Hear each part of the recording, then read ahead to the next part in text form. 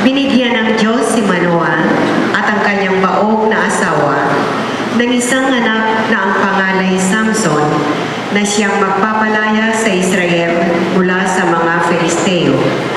Nahawig ang kwento ng isang kapanganakan ni Samson sa kwento ng pagsilang kay Juan Bautista. Pagbasa mula sa aklat ng mga hukom. Noong mga araw na iyon, sa bayan ng mga Sora, ay may isang lalaking Noah ang pangalan, kabilang sa lipinitan. Ang asawa niya ay hindi magkaanak. Minsan napakita sa babae ang anghel ng Panginoon at sinabi, "Hanggang ngayon wala kang anak, ngunit hindi magtatagal, maglilihi ka at manganganak.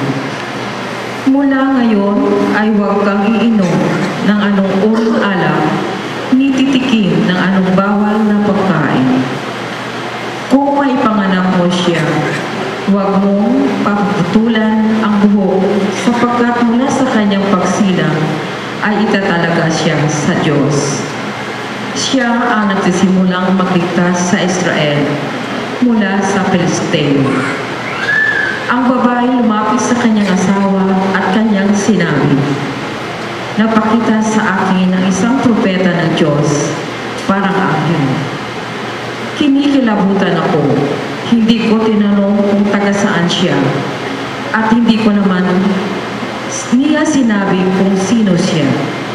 Huwag daw akong iinom ng alak, ni titikim ng anong bawal ng pagkain, sapagkat ang sanggol na isisilang ko ay tatalaga sa Diyos." Dumating ang araw at nanganak ang asawa ni Noah. Lalaki ang sanggol at ipinangalan nila Samson.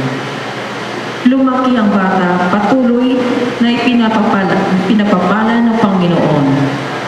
Ang Espiritu ng Panginoon lumuko kay Samson. Ang salita ng Diyos. Salamat sa Diyos.